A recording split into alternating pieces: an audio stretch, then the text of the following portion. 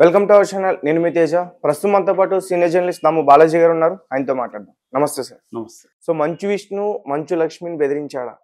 ఒక పక్క నాన్నగారికి ఆరోగ్య పరిస్థితి బాగోలేకున్నా తను చూడడానికి కూడా రాలేదు.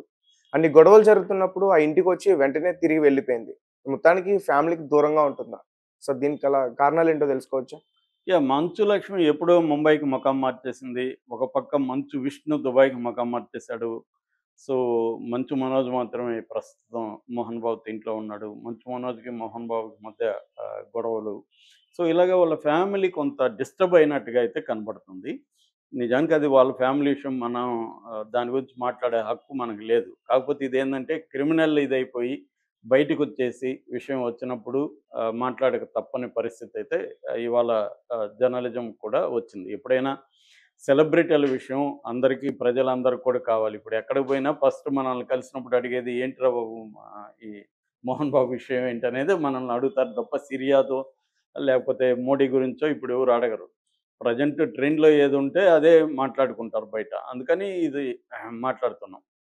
సో, ఇప్పుడు మంచు లక్ష్మి ముంబైకి ఎందుకెళ్ళింది అన్న చర్చొస్తుంది. ఆమె అనేక సార్లు చెప్పింది, నాకు ఇక్కడ నేను ముంబైలో నాకు ఎక్కువగా ఆపర్చునిటీస్ ఉన్నాయి సినిమాలకు సంబంధించి. అందుకని నేనిక్కడ వచ్చానని. అట్లాగే పిల్లల్ని కూడా ముంబైలో మంచి ఎడ్యుకేషన్ ఇన్‌స్టిట్యూట్స్ ఉన్నాయి. అక్కడ చదివించుకుంటాను. అలాగే చాలామందున్నారు. ఫర్ ఎగ్జాంపుల్ జ్యోతిక కూడా ఆ మధ్య ముంబైకి షిఫ్ట్ చేస్తే విడిపోయారు జ్యోతిక అని కూడా వచ్చింది. ఆమె తర్వాత చెప్పింది, నాకిక్కడ ఎడ్యుకేషన్ ఇన్‌స్టిట్యూట్స్ ఉన్నాయి.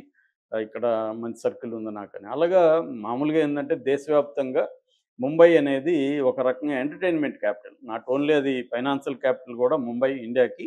దాంతో పాటు ఎంటర్‌టైన్‌మెంట్ క్యాపిటల్ గూడా. నేను గూడా ఒక 6 మంత్స్ ఉన్నప్పుడు చూసాను. ఈ ఎంటర్‌టైన్‌మెంట్ ఇండస్ట్రీ చాలా స్ట్రాంగ్‌గా ఆర్గనైజ్డ్‌గా ఉంటది. హ్మ్. అంటే నువ్వు గాని అక్కడ వెళ్లి 1 మంత్ ట్రై చేస్తే నీకు ఏదో ఒక ఛాన్స్ యాడ్‌లోనో, యాడ్ ఫీల్డ్‌లోనో ఆహ్, తర్వాత ఆహ్, వెబ్ సీరీస్‌లోనో, సీరియల్స్‌లోనో ఇట్లా. ఫర్ ఎగ్జాంపుల్ మా చిన్న ఊరు. మా ఊరు నుంచి 4, 5 ఫ్యామిలీలు ముంబైలో సెటిల్ అయ్యారు. కెమెరామెన్ ఇట్లా రకరకాలుగా హ్మ్. యూనిట్స్ అవన్నీ. ఎందుకంటే అది అందరికీ ఆశ్రయం ఇస్తది ముంబై. అంత పొటెన్షియల్ ఉంది. అలాగే ఈ అమ్మాయి ఎళ్ళుండొచ్చు. అదేం తప్పు లేదు. కానీ ఇప్పుడేమి వస్తుందంటే ఈ గొడవలల్లే ఆ అమ్మాయి ఎళ్ళిపోయింది. ఆ అమ్మాయి తెలివిగా తన వాటా వాస్తుల్ని మోహన్ బాబు దగ్గర నుంచి తీసుకొని ఎళ్ళిపోయింది అన్న ఒక వెర్షన్ బయటకొస్తుంది. సో, దాంతో ఆ అమ్మాయి గూడా దీని మీద మాట్లాడలేని పరిస్థితి ఓపెన్‌గా. ఇంత గొడవ జరుగుతుంటే మామూలుగా అయితే తను వీళ్ళిద్దరికి అక్కయ్య. రెండోది మంచు విష్ణు అనేది చెబుతున్నాడు. మోహన్ బాబు కోపాన్ని కంట్రోల్ చేయగలిగింది మా అక్క మాత్రమే. ఆమె మాత్రమే ధైర్యంగా ఆయనకి ఎదురుగా నిలబడి మాట్లాడగలదు. మా ఇద్దరికి ఆ ధైర్యం లేదని విష్ణు అనేక ఇంటర్వ్యూలో గతంలో కూడా చెప్పాడు. మంచు లక్ష్మికి అది ఉంది. పెద్ద కూతురు. కొంత వీళ్ళిద్దరికంటే కూడా పెద్ద అమ్మాయి. రెండోది ఒక అమ్మాయి అన్నప్పుడు ఒక్కోసారి పేరెంట్స్ గూడా కొద్దిగా అమ్మాయికి గాని గట్టి వాయిస్ ఉండి ఇండిపెండెన్స్ ఉంటే భయపడతారు. హ్మ్. అబ్బాయిలని డీల్ చేసినట్టు డీల్ చేయలేరు. సో, ఆ రకంగా మోహన్ బాబు మంచు లక్ష్మికి ఇంపార్టెన్స్ ఇవ్వడం గానీ, కోపంగా ఉన్నప్పుడు గూడా మంచు లక్ష్మి మాట్లాడితే ఆయన కూల్ అవ్వడం గానీ, ఆయనకి చాలా ఇష్టం గూడా మంచు లక్ష్మి అంటే. హ్మ్. సో, అలాగా ఆమె ఉన్నప్పుడు ఇంత పెద్ద ఇష్యూ జరుగుతుంటే ఎందుకు మాట్లాడట్లేదు అన్న చర్చ అయితే ఇప్పుడొస్తుంది. ఈ విష్ణునే బెదిరించాడు, "నువ్వు రావద్దు హైదరాబాదు" అని బెదిరించాడు. అందుకనే ఆమె వచ్చింది గానీ, మహిళా బౌన్సర్‌లని తీసుకొనొచ్చింది. ఆ మహిళా బౌన్సర్‌ల ఫోటోలు, వీడియోలు గూడా బయటకొచ్చాయి. అది గూడా షాకింగ్‌గా ఉంది చాలామందికి. ఎందుకంటే బౌన్సర్‌లంటే మగవాళ్ళు వీళ్ళే అవును. రౌడీల్లాగా ఉంటారు గానీ, మహిళలు బౌన్సర్లింగ్ అనేది ఎవరికీ కాన్సెప్ట్ తెలీదు. అది ఆమె ఫస్ట్ టైమ్ ఇక్కడ ఇంట్రొడ్యూస్ చేసింది. నేను గూడా ఎప్పుడు మహిళా బౌన్సర్‌లని చూడలేదు. హ్మ్. సో, అలాగా మహిళా బౌన్సర్‌లని తీసుకొచ్చి ఆమె గూడా మంచు మనోజ్‌కి సపోర్ట్‌గా వచ్చింది అన్న వార్తలు గూడా వచ్చాయి. అవును. ఎందుకంటే ముందు నుంచి గూడా వాళ్ళ ఫ్యామిలీలో మంచు మనోజ్‌ని వాళ్ళ అమ్మ కంటే గూడా మంచు లక్ష్మినే సపోర్ట్ ఎక్కువ చేస్తుంది. ఈవెన్ వాళ్ళ పెళ్లి గూడా. పెళ్లి ఆహ్, ఆమె ఎవరు మౌనికా రెడ్డిని పెళ్లి చేసుకోవడం వాళ్ళ ఇంట్లో ఇష్టం లేదు. ఎందుకంటే ఆమెకి ఆల్రెడీ డైవోర్సీ, ఒక బాబున్నాడు. అలాంటి అమ్మాయిని పెళ్లి చేసుకొని మన ఆస్తంతా వేరే ఆ కుర్రాడికెళ్తుంది అన్న ఒక ఇది వీళ్ళల్లో ఉండొచ్చు. అది నేచురల్ గూడా. ఎనీ ఫ్యామిలీలో అది ఉంటది. హ్మ్. మన బ్లడ్‌కే మన ఆస్తి రావాలనేది సహజంగా మన ఫెడరల్ సొసైటీలో ఆ కామన్ కాన్సెప్ట్ ఉంటది.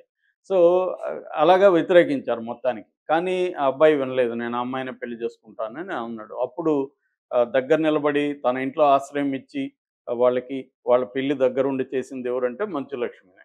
అది ఓపెన్‌గా కూడా చెప్పింది. దానికి కూడా వీళ్ళు గెస్ట్ లాగా వెళ్లారు తప్ప వీళ్ళకి ఇంట్రెస్ట్ లేదు. మంచు లక్ష్మి లేకపోతే మనోజ్ ఇంకా దూరం అయిపోయేవాడు. మంచు లక్ష్మి కొద్దిగా వాళ్ళిద్దరి మధ్య అంటే మోహన్ బాబుకి, మనోజ్‌కి మధ్య కొంత అనుసంధానకర్తలాగా పనిచేసి కొద్దిగా వాళ్ళని దగ్గర చేర్చింది. అయితే ఈ గొడవలనేవి ఆమెకి మించిపోయినాయి. ఆమె కూడా దీంట్లో ఏమి చేయలేని పరిస్థితి. ఎవరి వైపు సైడ్ తీసుకోలేని పరిస్థితి. ఎందుకంటే ఒక్కోసారి గొడవల్లో ఎవరినో ఒకరిని తప్పు, ఇంకొకరిది కరెక్ట్ అనలేం. ఇద్దరూ మంచోళ్ళే, ఇద్దరూ ఇష్టమే. కానీ ఇద్దరి మధ్య కంపాటిబిలిటీ ఇష్యూలు వచ్చేసినప్పుడు మనం ఎవరిని సపోర్ట్ చేయం. మన ఫ్రెండ్స్ కూడా ఒక్కోసారి ఇద్దరు కొట్టుకుంటారు. ఇద్దరూ మనకిష్టమే. ఇద్దరిది తప్ప అని మనం చెప్పలేం. వాళ్ళిద్దరికి పడలేదు అంతే తప్ప వాళ్ళిద్దరిని ఒకరు బ్యాడ్, ఒకరు గుడ్ అనలేం. సో, అలాగా ఈ అమ్మాయి గూడా అలాంటి ప్రాబ్లమ్ వచ్చింది. సో, విష్ణు గూడా చెప్పుండొచ్చు. "నువ్వు ఇప్పుడు ఆల్రెడీ కాంప్లెక్స్‌గా ఉంది. మళ్ళీ నువ్వు ఎంటర్ అయ్యి దాన్ని కాంప్లెక్స్ చేయొద్దు.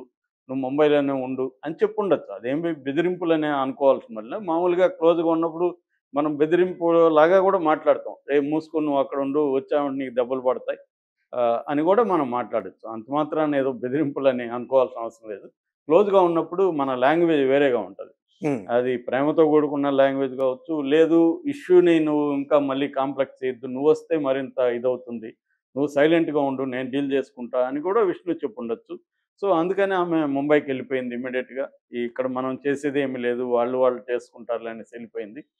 సో, అక్కడి నుంచయితే ఇప్పుడు 2 పోస్టులు పెట్టింది. మొన్న ఏమో వాళ్ళ కూతురు వీడియో పెట్టి కింద పీస్ అని పెట్టింది. అంటే శాంతిగా ఉండండి. శాంతి కోరుకుంటున్నట్టుగా పెట్టింది. హ్మ్. రెండోది ఈరోజు ఒక కొటేషన్ పెట్టింది తెల్లారితో. అది నేను ఇంగ్లీష్‌లో చదువుతా first. Hmm. What are you afraid of loss when nothing in the world actually belongs to you.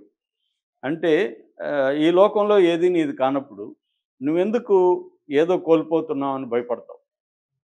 ఈ లోకంలో నీకు పర్మనెంట్‌గా ఏది నీది కాదు హ్మ్. అనే ఫిలాసఫీ. ఇది అన్ని మతాలు చెప్పే ఫిలాసఫీ ఇది. కానీ ఈ కొటేషన్ చెప్పింది ఎవరంటే మార్కస్ అరిలియస్ ఆంటోనియస్ అని రోమన్ కింగ్ అనమాట ఆయన. స్టాయిక్ ఫిలాసఫీ అంటారు. స్టాయిక్ ఫిలాసఫీలో బేసిక్‌గా 4 కాన్సెప్ట్స్ ఉంటాయి. అందులో ఏందంటే విజ్డమ్. ఒక మనిషి విజ్డమ్‌తో ఆలోచించాలి. వివేకంతో ఆలోచించాలి. రెండోది కరేజ్. ధైర్యంగా ఉండాలి. మూడోది టెంపరెన్స్ అంటారు. టెంపరెన్స్ అంటే సెల్ఫ్ రిస్ట్రెయింట్. అంటే స్వీయ నియంత్రణ. నీకు స్వీయ నియంత్రణ అనేది ఉండాలి. నాలుగోది మోడరేషన్. అతిగా ఏది చేయొద్దు. ప్రతిదాన్ని లిమిట్‌గా చేయాలి అనే 4 సూత్రాలతో స్టాయిక్ ఫిలాసఫీ చెప్తుంది. ఆ కొటేషన్ అనమాట ఇది. అంటే మన ఈ ప్రపంచంలో ఏది నీది కాదు. నీకు సంబంధం లేదు. మనం ఏదో వస్తాం, పోతాం. మనం పర్మనెంట్‌గా ఎవరు ఉండరు. ఉండనప్పుడు ఏది నీది కానప్పుడు దేనికోసమో నువ్వెందుకు నీది కాకుండా పోతుందేమో అని భయపడడం ఎందుకు? నీది హ్మ్. కాదు కదా! అనేది. ఇదేందంటే ఒక రకమైన మెట్ట వేదాంతం అదే అంటారు. అర్థమవుతుంది సార్. మెట్ట వేదాంతం అంటే ఊర్లో ఎవరైనా మా ఊర్లో నేను చిన్నప్పుడు చూసేవాడిని. ఎవరైనా చనిపోయినారనుకో అప్పుడు గుమికూడి అందరూ ఏం మాట్లాడుకుంటే, "చూడరా వాడు ఎలాగో బతికాడు. ఎంత విర్రవీగాడు. ఇప్పుడేం చేసి పోయాడు గదా! అంతేరా జీవితం" అని మాట్లాడుతుంటారు. హ్మ్. అదే టైంలో ఒకడు ఈ మాట్లాడుతా ఉండే వాళ్ళ అబ్బాయి చిన్న పిల్లోడొస్తాడు. హ్మ్. వచ్చి "నాయన మన చేనులో మన పక్కింటోళ్ళ ఎద్దు మేస్తా ఉందంట." హ్మ్. వీడు బండబూతులను నా కొడుకుని వదలను అని పరిగెత్తాడు. హ్మ్. అప్పుడు అందరూ నవ్వుకుంటారు. ఎంతసేపు వీడు ఏం ఎత్తుకుపోబోతాము అని మాట్లాడినోడు అక్కడ ఎద్దు మేస్తుందంటే కర్ర తీసుకొని కొట్టడానికి ఎళ్ళిపోతాడు. దీన్నే మెట్ట వేదాంతం అంటారు. మెట్ట అంటే శ్మశానం. హ్మ్. శ్మశాన వైరాగ్యం అంటారనమాట. అలాగా ఈమె ఈ విషయం అందరికి తెలుసు కదా! మనకేది పర్మనెంట్‌గా చెందదని ప్రపంచానికి తెలుసు. అంటే అంటే ఈమె ఇండైరెక్ట్‌గా నాన్నగారి గురించి పెట్టినట్టు ఇండైరెక్ట్‌గా అనిపిస్తుంది సార్. నాన్నకి, ఆస్తులకి ఆ సంబంధించి. నాన్నకి, మనోజ్‌కి అందరికి చెప్తుంది. "ఒరేయ్ హ్మ్. బాబు! ఏది ఇక్కడ పర్మనెంట్‌గా మీది కాదు. మీది కాకుండా పోతుందని టెన్షన్ ఎందుకు పడుతున్నారు?" అనేది ఆమె చెప్తుంది గానీ, అలా ఉండదు గదా ప్రపంచం. మనకందరికీ తెలుసు. అందరూ ఈ ఆస్తుల కోసం నిన్న గూడా ఈరోజు మార్నింగ్ ఒక వార్త చూసా. అన్నదమ్ముల బిడ్డలు గొడ్డలతో నరుక్కున్నారు హ్మ్. తెలంగాణలో. ఆస్తుల కోసం. ఇది ఎప్పటినుంచో ఉంది. ఆస్తులు అందరికీ తెలుసు పర్మనెన్స్ కాదని. కానీ ఉన్నన్ని రోజులు బాగా బతకాలని ప్రతి ఒక్కరు కోరుకుంటారు గదా! ఏది నాది గాదని ఈమె ఇల్లు ఇచ్చేస్తదా ఈమంటే? ఈమె అయినా ఇవ్వలేదు గదా! హ్మ్. ఎవరో ప్రతిదానికి ఒక ఫిలాసఫీ దొరుకుతది. మనం చెప్పుకోవచ్చు. మనకి నచ్చినట్టు చెప్పుకోవడానికి కొటేషన్‌లు, ఫిలాసఫీలు దొరుకుతాయి. కాకపోతే ఆమె స్పిరిట్‌ని అర్థం చేసుకోవాలి. ఆమె స్పిరిట్ ఏందంటే, ఎందుకు ఆస్తుల కోసం గొడవలు పడతారు అన్న ఇది కనిపిస్తుంది. దానికి వేరే వాళ్ళు చెప్పేది నీ పాటికి నువ్వు మాత్రం ఆస్తి తీసుకొని వెళ్ళిపోయి మంచిగా అక్కడ లైఫ్‌ని ఎంజాయ్ చేస్తున్నావు అని వీడియోలు పెడుతున్నారు. ఆమె పార్టీలు అక్కడ ఇవ్వడము. పెద్ద పెద్ద పార్టీలు ఇచ్చి అక్కడున్న ముంబైలో ఉన్న ఫిల్మ్ స్టార్స్ పెద్ద పెద్ద వాళ్ళు అటెండ్ అవ్వడం, ఆమె ఒక లైఫ్ స్టైల్ ఎంజాయ్ చేస్తుంది అక్కడ. హ్మ్. మరి మనోజ్కి ఇక్కడ లైఫ్ స్టైల్ లేదు కదా, మనోజ్ మోహన్ బాబు ఏమి ఇవ్వట్లేదు అనేది మనోజ్ పాయింట్. అది